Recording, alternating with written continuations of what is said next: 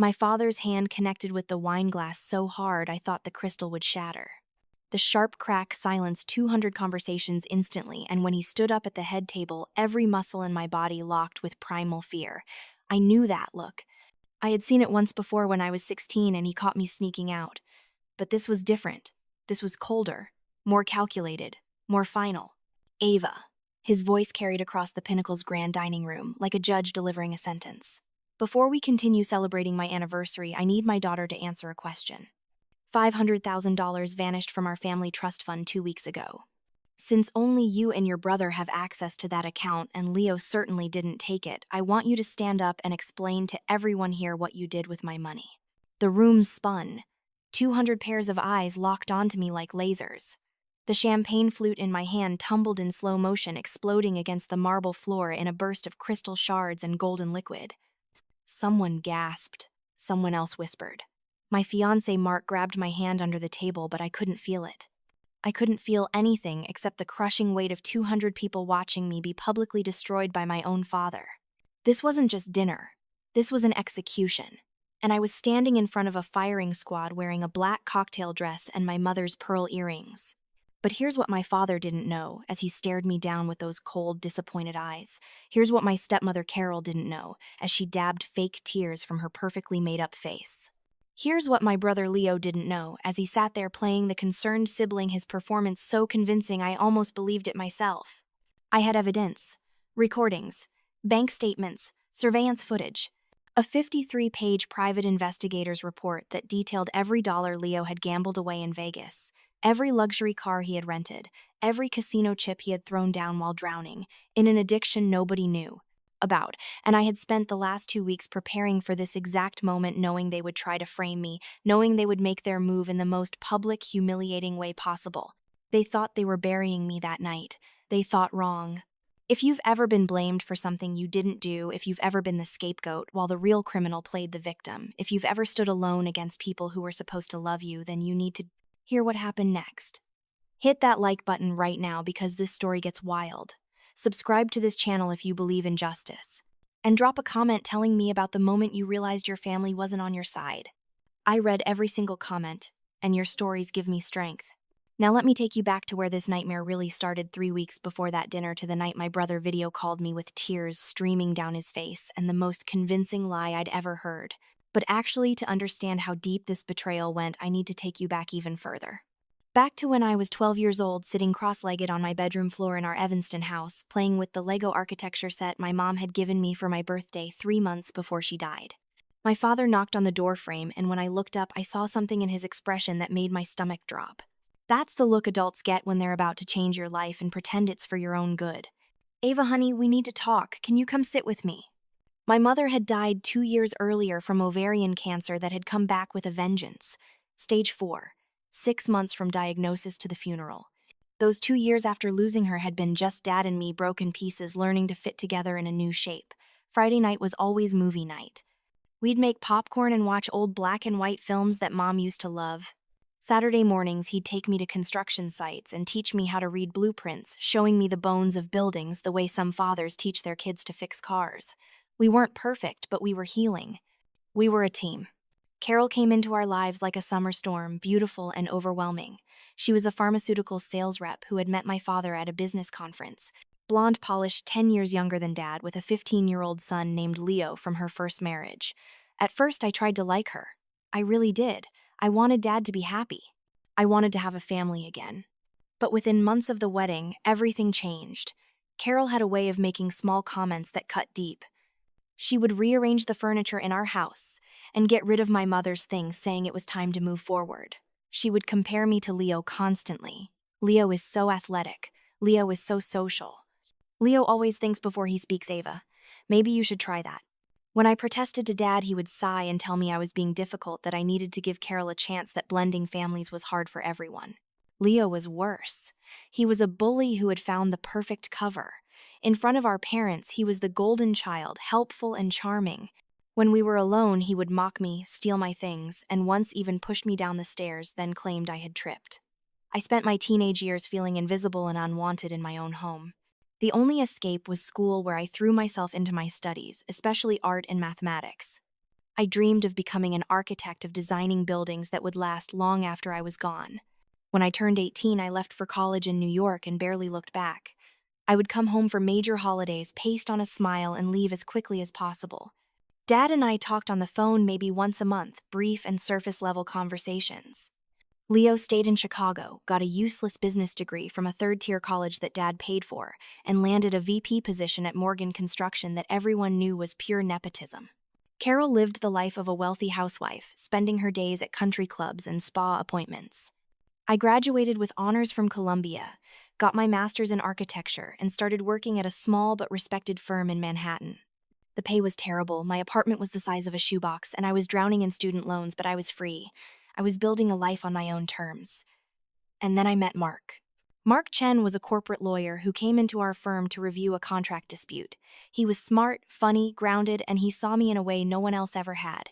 He came from a close-knit Chinese-American family, and watching him interact with his parents and siblings showed me what family was supposed to look like. We dated for 2 years before he proposed, and when he did, I said yes without hesitation. I called Dad to tell him the news. He congratulated me, but there was a distance in his voice that stung. When I mentioned that Mark and I were thinking about a small wedding in New York, Dad said that Carol was already planning something bigger in Chicago. Before I could protest, he had hung up saying he had a meeting to get to. That was the pattern of our relationship. I reached out. He was busy. I tried to connect. Carol was already handling it. I existed on the periphery of my own family, and I had learned to accept it. Until that video call from Leo 3 weeks before the anniversary dinner. It was a Tuesday night in early October. I had just gotten home from a brutal day at work. Our firm was competing for a major project, and I had spent 14 hours perfecting renderings. I was exhausted, hungry, and had just settled onto my bed with leftover Chinese food when my phone buzzed with Leo's name. I almost ignored it. Leo and I hadn't spoken directly in over a year. Our only interactions were stilted conversations at Christmas and Thanksgiving, but something made me answer. Maybe it was curiosity. Maybe it was the lateness of the hour. Maybe it was fate. The face that appeared on my screen shocked me. Leo looked like he hadn't slept in days.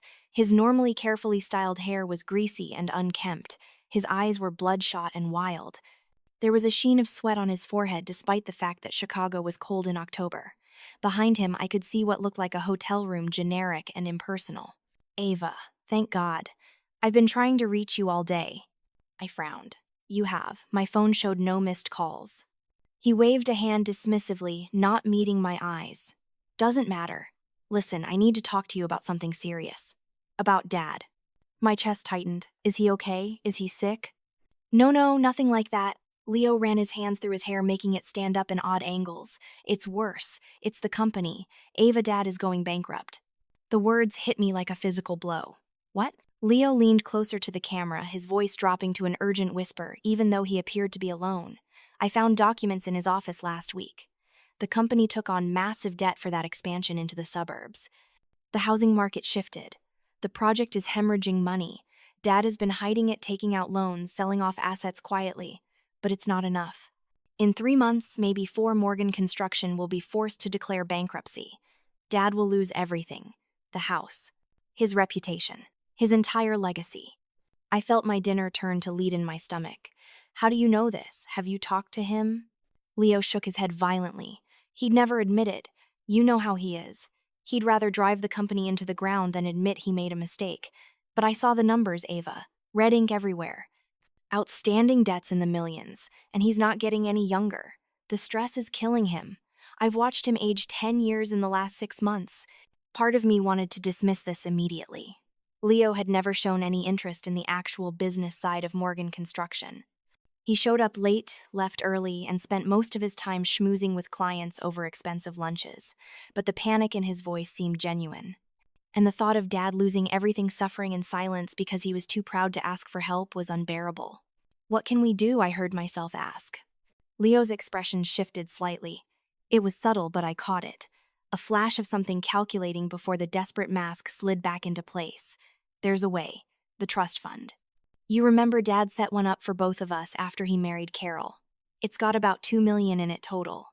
If we could access some of that money, we could inject capital into the company. Just enough to keep it afloat until the market recovers and the projects start paying off. Then we'd pay it back. Dad would never even know.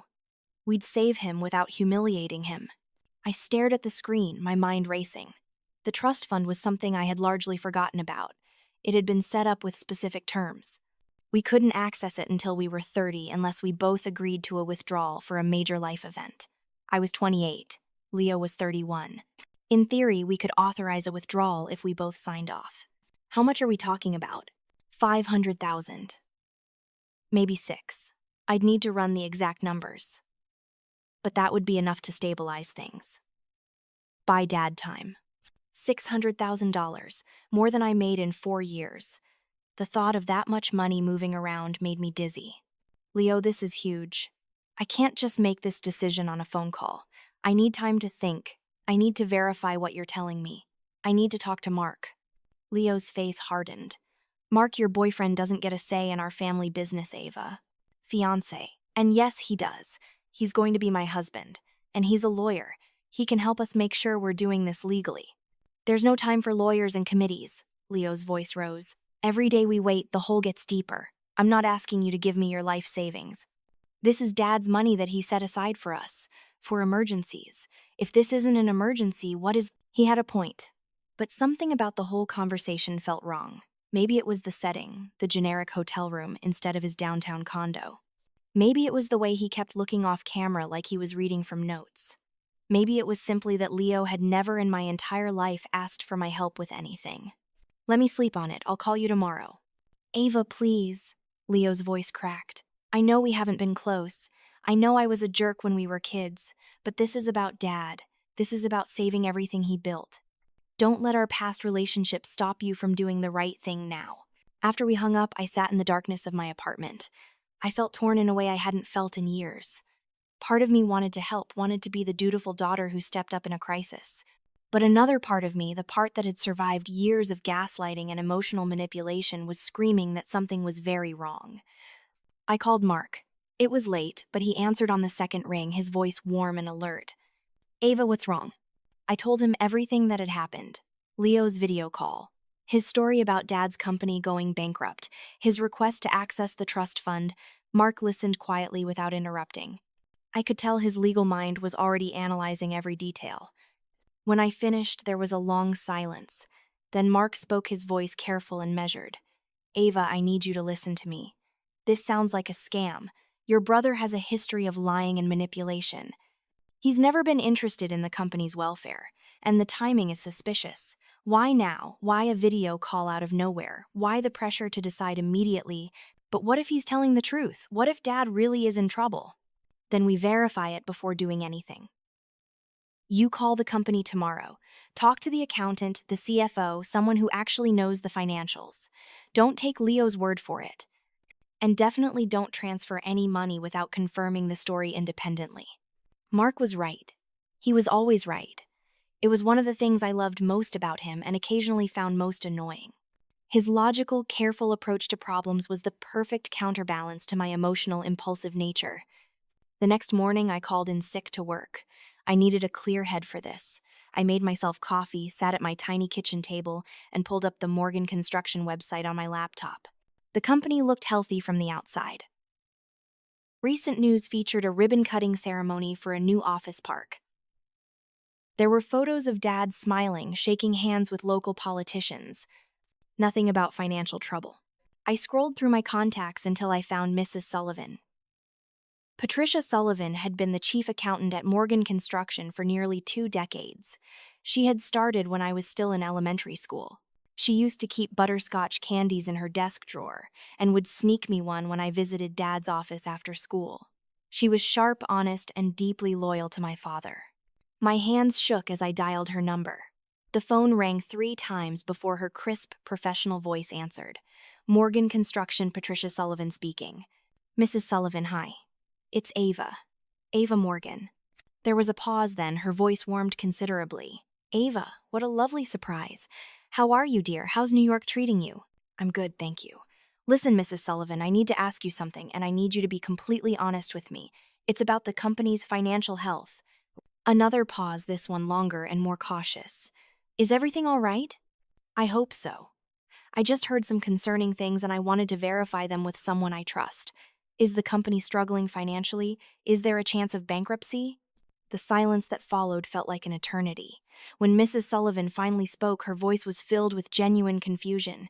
Ava, who told you that Morgan Construction is doing better than it has in years? We just signed the biggest contract in company history. A mixed-use development downtown. $40 million project. The banks are actually trying to increase our line of credit because our numbers are so good. The room tilted slightly. I gripped the edge of my table to steady myself. You're sure? Positive. I literally just filed our quarterly reports yesterday.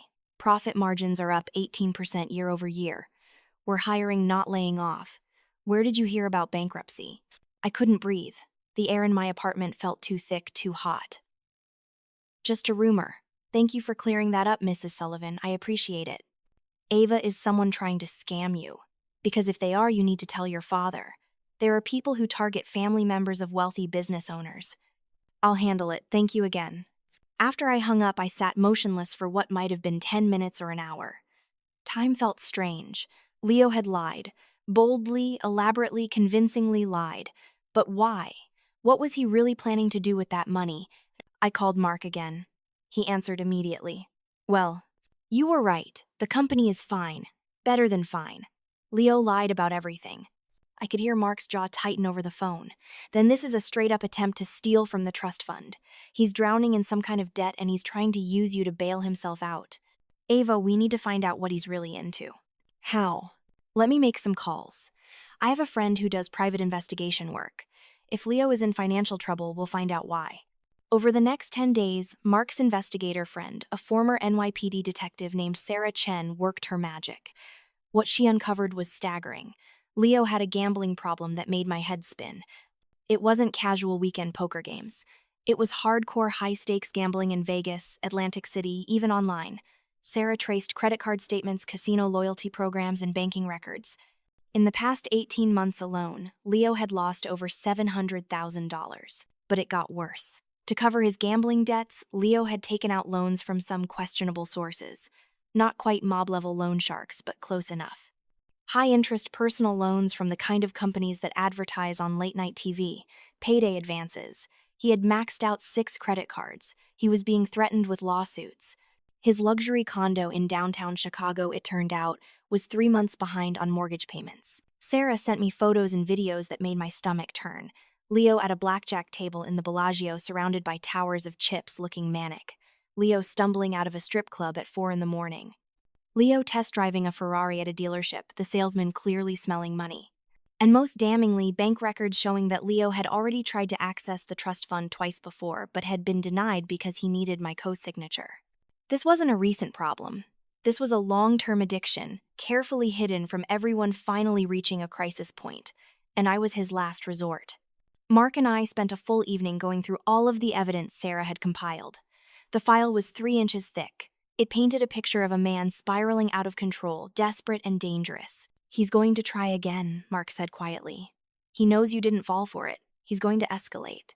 Mark was right. 2 days later, I got a call from my father. It was the first time he had called me directly in months. Ava, I need to talk to you about something serious. His voice was stern, formal, the way it used to sound when I was a teenager, and had broken curfew. Okay, what's going on? Leo tells me you refused to help with a family financial emergency. He said he came to you about some cash flow problems at the company and asked if you could help, and you refused. My blood ran cold. He was already spinning the narrative, getting ahead of the truth. Dad, that's not what happened. Leo lied to me. He told me the company was going bankrupt and asked me to authorize a withdrawal from the trust fund. But I checked with Mrs. Sullivan and the company is doing great. He made the whole thing up. There was a long pause. Why would he do that? I don't know, maybe you should ask him. But my father's tone had already shifted to defensive. You went behind Leo's back to check with our accountant. You didn't trust your own brother. He gave me a story about bankruptcy. Of course I checked. Carol thinks you're being paranoid. She thinks you're jealous that Leo has a more prominent role in the company. And there it was. The poison Carol had been dripping into his ear for years now, flowing freely. I wanted to scream. I wanted to tell him everything I had learned about Leo's gambling, his debt, his lies. But something stopped me. Some instinct told me that if I played my hand too early, they would find a way to discredit the evidence to make me look like the vindictive stepsister trying to destroy the golden child. Dad, I don't want to argue. I just want you to know that I didn't refuse to help with a legitimate emergency. I refused to sign off on a transfer based on false information. We'll discuss this at the anniversary dinner. Your presence is expected. Carol has put a lot of work into planning this event. The call ended abruptly. I sat there holding my phone, feeling the old familiar weight of being the outsider, the problem, the difficult one. But this time something was different. This time I had evidence. This time I had a plan. Mark and I spent the next week preparing. We compiled everything Sarah had found into a clear, undeniable presentation. We had the timeline of Leo's gambling. We had the debt records. We had the video footage.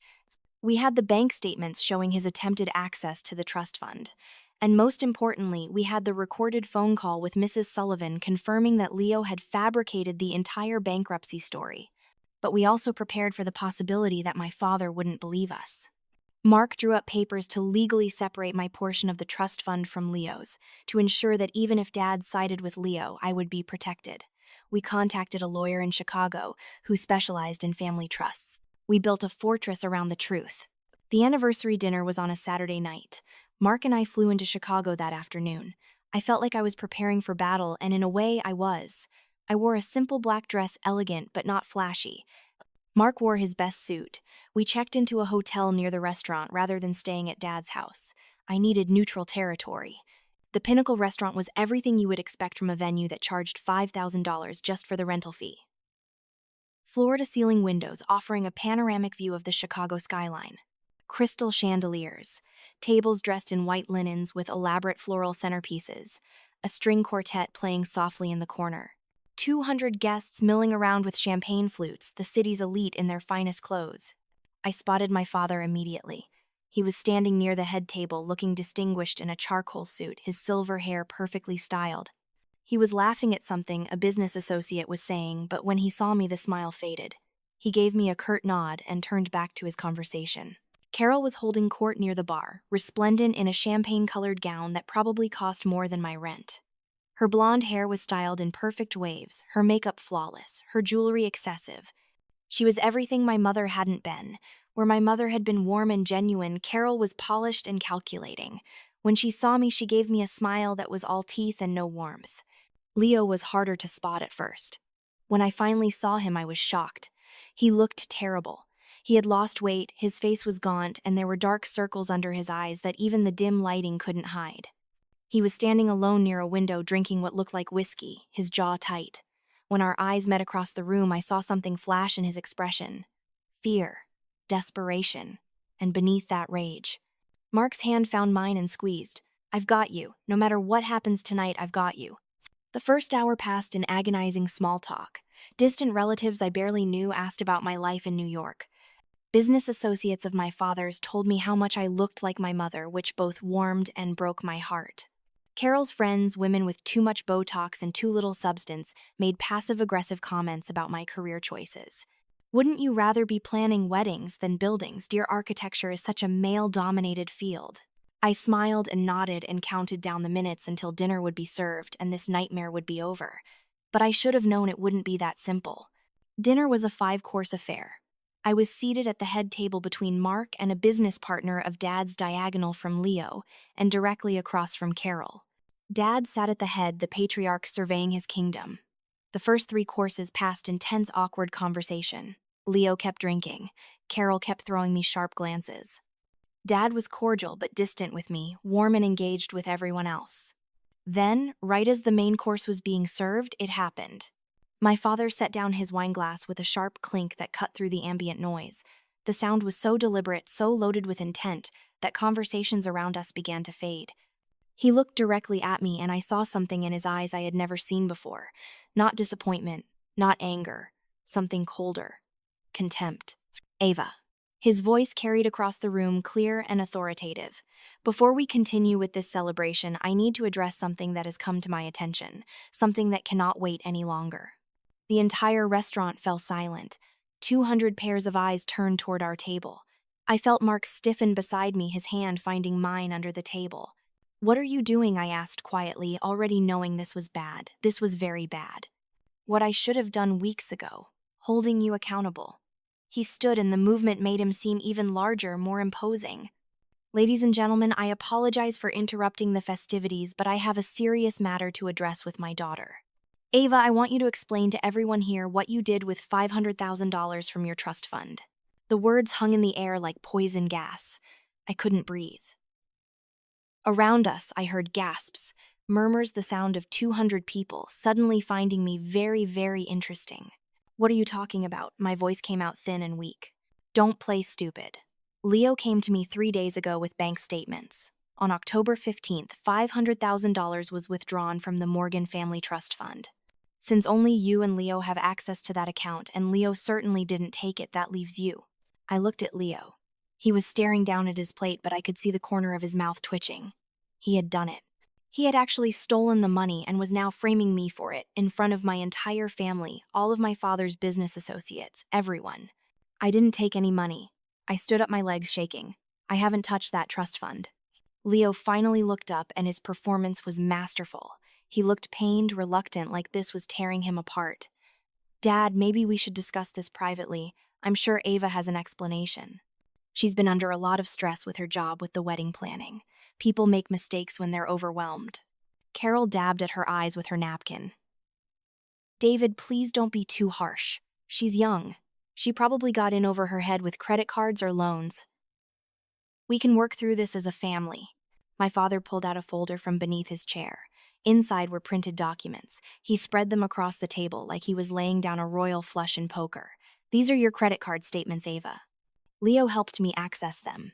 Designer handbags, weekend trips to Paris and London, 5-star hotels, Michelin star restaurants. Is this where my money went? Is this how you chose to spend your inheritance? I looked at the statements, my vision blurring with rage and tears. Those weren't my statements. The credit card number was wrong. The name at the top was slightly misspelled Ava Moran instead of Ava Morgan. They were forgeries. Crude forgeries that would never hold up under scrutiny, but convincing enough for this audience in this moment with the lights low and emotions high. Those aren't mine. Those are fake. So now you're calling your brother a liar, my father's voice rose. The boy who came to me, worried sick about you, who tried to help you, who wanted to protect you from your own mistakes. Something inside me snapped. All the years of being second best, of being gaslit, of being painted as the problem child. All the Christmases where Leo got lavish gifts while I got gift cards. All the times Carol had made snide comments about my weight, my clothes, my career choices, and Dad had told me I was being too sensitive. All the moments I had swallowed my pain and tried to be good enough, tried to be worthy of love. I was done. I reached into my purse and pulled out my phone. Mark had already anticipated this moment. He had synced my phone to a small portable projector that he pulled from his jacket pocket. Within seconds, he had it connected to the restaurant's AV system. The large screen behind the head table, which had been displaying a slideshow of Dad and Carol's wedding photos, went dark. Then it blazed to life with new images. If you're going to accuse me of something I said, my voice steady, now filled with a cold fury I had never felt before, at least get your facts straight. The first image was the email chain between Leo and me. His desperate plea for help. His lies about Dad's company going bankrupt. His manipulation. I had highlighted the key phrases. Dad is going bankrupt. The company is on the edge of collapse. We need to save him without him knowing. The room erupted in confused murmurs. Carol's face went pale. Leo tried to stand up, but his legs seemed to give out beneath him. The second piece of evidence was the audio recording of my call with Mrs. Sullivan. Her voice, clear and professional, filled the restaurant. Morgan Construction is doing better than it has in years. We just signed the biggest contract in company history. Profit margins are up 18%. Dad's face shifted from anger to confusion to something else. Something like the first crack in a dam before it breaks. But the third piece of evidence was what made people gasp out loud. The slideshow of photos and videos that Sarah had compiled. Leo at a high-stakes poker table, chips piled high. Leo stumbling drunk out of a Vegas nightclub. Leo behind the wheel of a rented Ferrari grinning. Leo signing paperwork at a payday loan office. And finally, the bank statements. Clear as day. $500,000 transferred from the Morgan Family Trust Fund into an account bearing Leo's name and social security number. From there, the money split into multiple transactions. $80,000 to Caesar's Palace Casino, $45,000 to the Bellagio, $60,000 to a luxury car dealership, $20,000 to a strip club, on and on and on. The final image was a screenshot of Leo's bank account balance. Negative $1,200. He had burned through $500,000 in less than 2 weeks. The silence in the restaurant was absolute. You could have heard a pin drop. Every eye in the room moved from the screen to Leo, whose face had gone from red to white to a sickly green. "Those are fake," he said, but his voice cracked. "She photoshopped those. She's trying to frame me because she's jealous. She's always been jealous." I laughed, a harsh, bitter sound that didn't sound like me at all. "Frame you, Leo. I have the original bank statements. I have the IP addresses showing the transfers originated from your computer. I have testimony from casino employees who remember you. I have loan documents with your signature. I have a private investigator's report that is 53 pages long documenting your gambling addiction." Leo lunged at me, trying to grab my phone. Mark was on his feet, instantly stepping between us, one hand on Leo's chest, pushing him back. "That's enough. The show's over, Leo." My father stood frozen. I watched his face cycle through a dozen emotions. Shock, disbelief, realization, horror, betrayal. He looked from the screen to Leo to Carol, and I saw the moment the pieces fell into place. He turned to Carol, his voice shaking. You knew about this." Carol's theatrical crying intensified. "He's our son, David. Our son, he has a sickness. He needs help, not judgment. I was trying to protect him."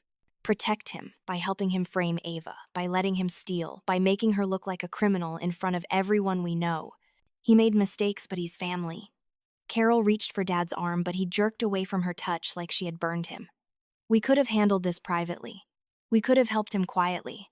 By stealing from my daughter, by destroying her reputation. That's your idea of handling it." Around us, the guests were starting to whisper, to pull out phones to record. This was going to be the scandal of the year in Chicago's business community. I should have felt victorious, but all I felt was tired. So deeply, bone-achingly tired. My father pulled out his phone, his hands trembling. "I'm calling the police." Carol let out a shriek. "David, no, please. Think about what this will do to the family reputation." "The family reputation," he laughed, a terrible broken sound. "Our reputation is already destroyed. Everyone in this room just watched my son try to frame my daughter for theft. Everyone just learned that my wife helped him. Our reputation is finished. The only thing left is justice." Leo tried to run. He actually tried to make a break for the exit. But 2 of Dad's business partners, both former military men with no patience for thieves, blocked his path. One of them, a man named Frank who had served in the Marines, looked at Leo with pure disgust. "Don't make this worse, kid. Just sit down and wait for the cops." The police arrived within 15 minutes. 2 uniformed officers walked into what was supposed to be an anniversary celebration and found instead a crime scene. Dad had already pulled together all the evidence, both his fake statements and my real ones. The officers looked over everything, interviewed several witnesses, and then did what I had been waiting for. They put handcuffs on Leo. I watched as my brother, the golden child, the one who could do no wrong, was handcuffed in front of 200 of Chicago's elite. He was crying now, begging Dad to stop this, to remember that he was his son, to give him another chance. But Dad just turned away, his face a mask of stone. Then the female officer turned to Carol. "Ma'am, you're going to need to come with us as well. You're being charged as an accessory to fraud and conspiracy to commit identity theft." Carol's scream was piercing. She collapsed to the floor in a heap of champagne silk and fake tears. "David, please, don't let them do this to me. I'm your wife. I love you." For the first time that night, my father looked at me, really looked at me. I saw tears in his eyes, saw the weight of all his failures as a parent, all the times he had chosen Carol and Leo over me, all the years he had let me feel like an outsider in my own family. "I'm sorry," he said quietly, the words almost lost in the chaos. "I'm so sorry, Ava." I didn't respond. I couldn't. Mark's arm was around my shoulders, holding me up, and I let him guide me out of the restaurant as Carol was helped to her feet and escorted out in handcuffs. Behind us, 200 guests stood in shocked silence, their phones out, their expensive dinners forgotten. The next morning, I woke up in the hotel room to find my phone flooded with messages. News of Leo's arrest had spread through Chicago society like wildfire. My email inbox had over 300 new messages. Some were from reporters asking for interviews. Some were from old family friends expressing shock and support. Some were from Carol's society friends, venomous messages calling me ungrateful and vindictive. I deleted them all except for one. It was from my father, sent at 4 in the morning. "Can we talk, please? I need to see you before you go back to New York." Mark and I met him at a small diner far from the downtown core, the kind of place where Dad would never normally be seen. He looked like he had aged a decade overnight. His suit was rumpled. His eyes were red-rimmed. His hands shook as he held his coffee cup. "I filed for divorce." His first words. "The papers will be served to Carol in jail. My lawyer assures me that given her involvement in the fraud, the prenuptial agreement is void in my favor. She'll get almost nothing." I nodded, not trusting myself to speak. "Leo is being charged with multiple felonies: fraud, forgery, identity theft, embezzlement. The DA says he's looking at 7 to 10 years in prison. My lawyer is working with the prosecutor to ensure full restitution." "Good," I said flatly. Dad flinched at my tone, but he didn't argue. "Ava, I know I can't undo the damage I've done. I know I failed you as a father. Carol poisoned me against you for years, and I let her. I chose comfort over truth.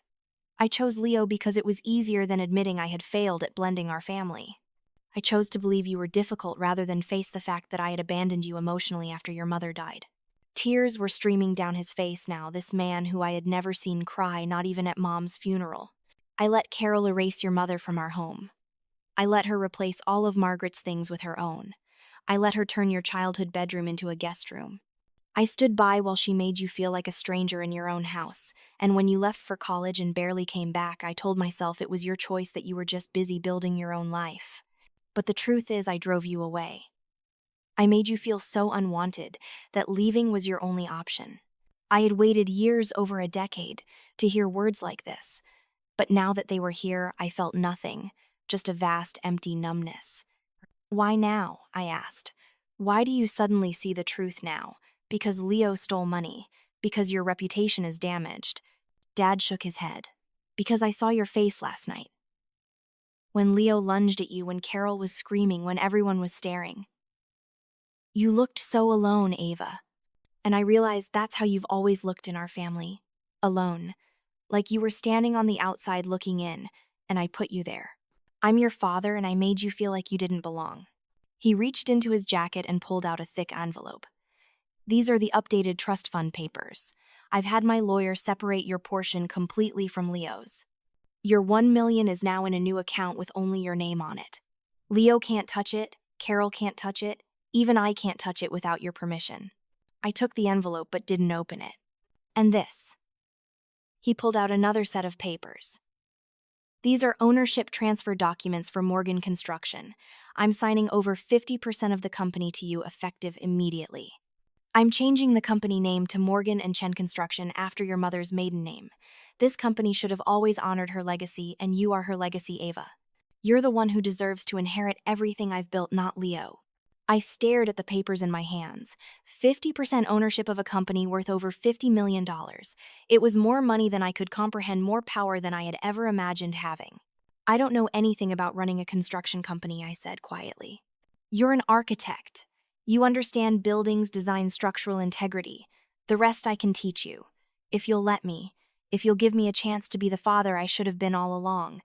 Mark squeezed my hand under the table. "The decision is yours," he said softly. "Whatever you choose, I support you." I looked at my father, really looked at him. He was broken, humbled, genuinely remorseful. But was it enough?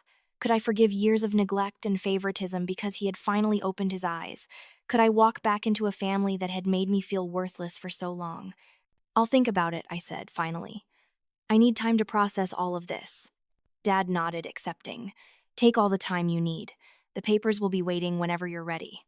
And Ava, whether you decide to be part of the company or not, whether you decide to have a relationship with me or not, I want you to know something.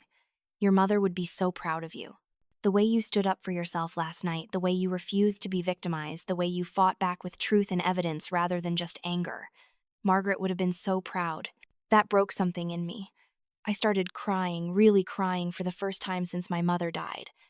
Mark held me while I sobbed in a diner booth, and my father sat across from us with tears running down his face, and for a moment we were bound together by grief for the woman we had all loved and lost. The next 6 months were a blur of legal proceedings and life changes. Leo's trial was swift. With all the evidence we had compiled, his lawyer advised him to take a plea deal.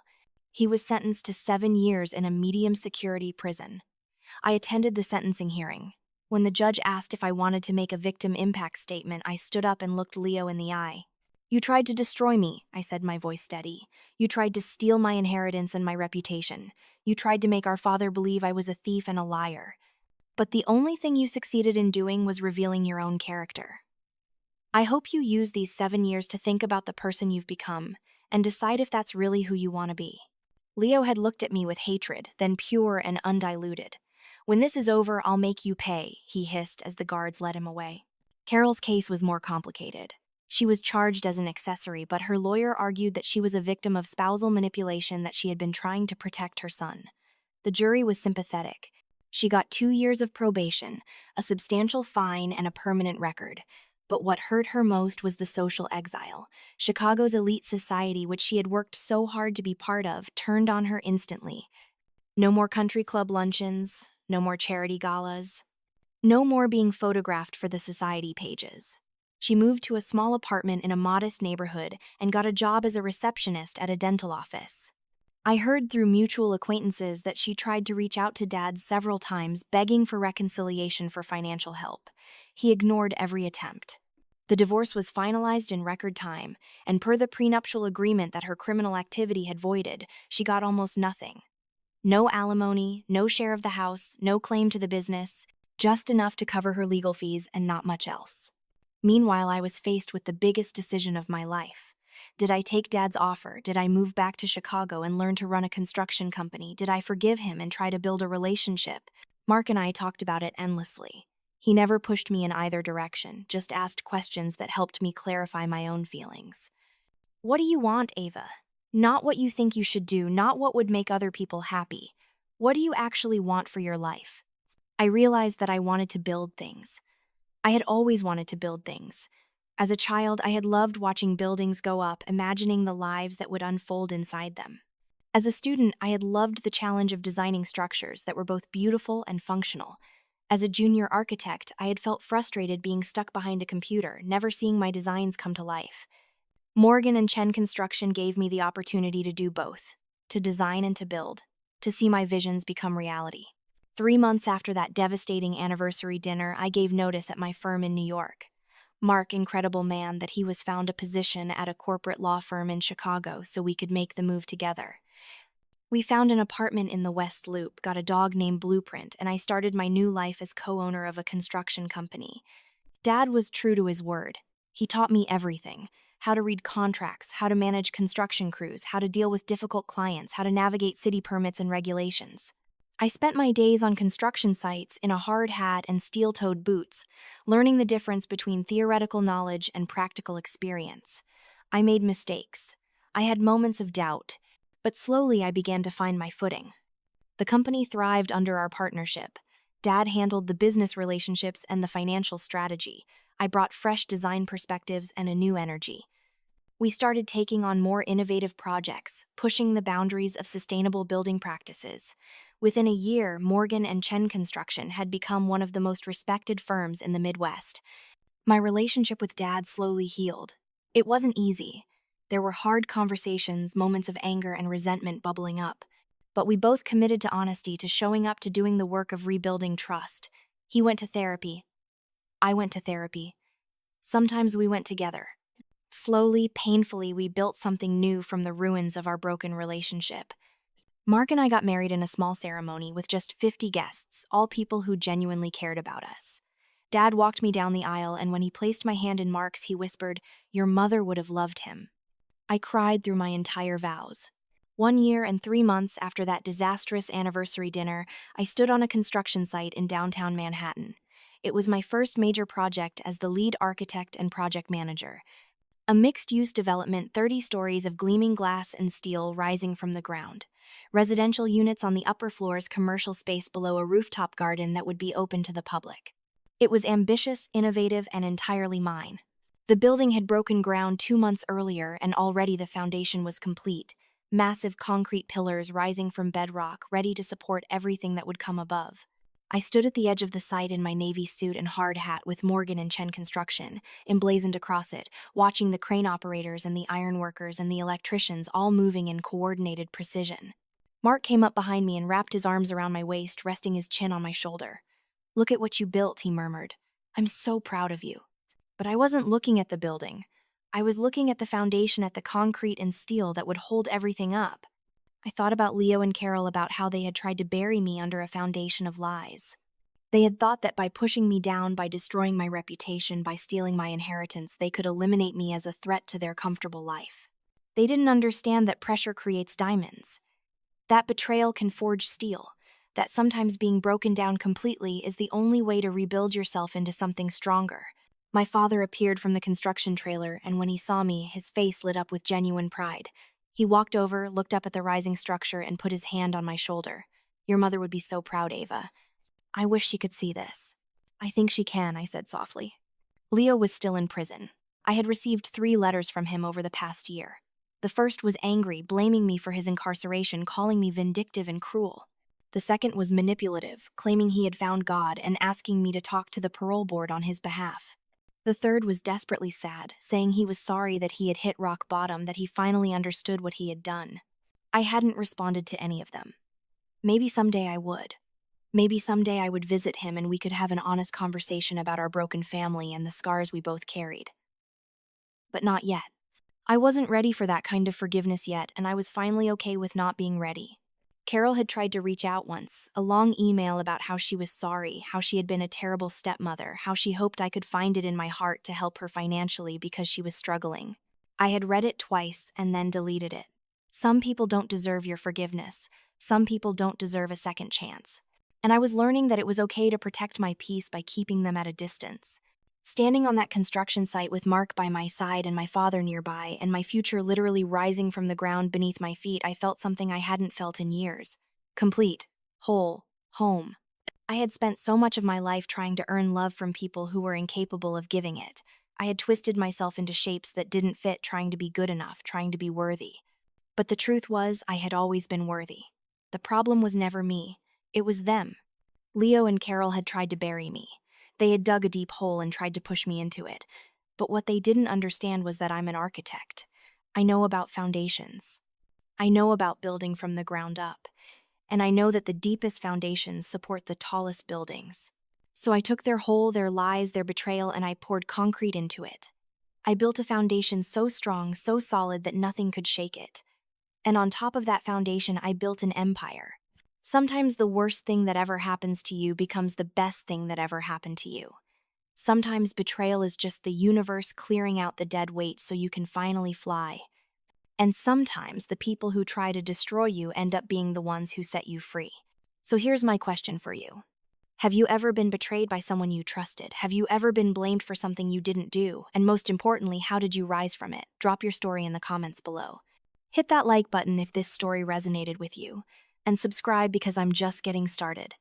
Your support means everything, and I can't wait to hear your stories of survival strength and sweet, sweet justice.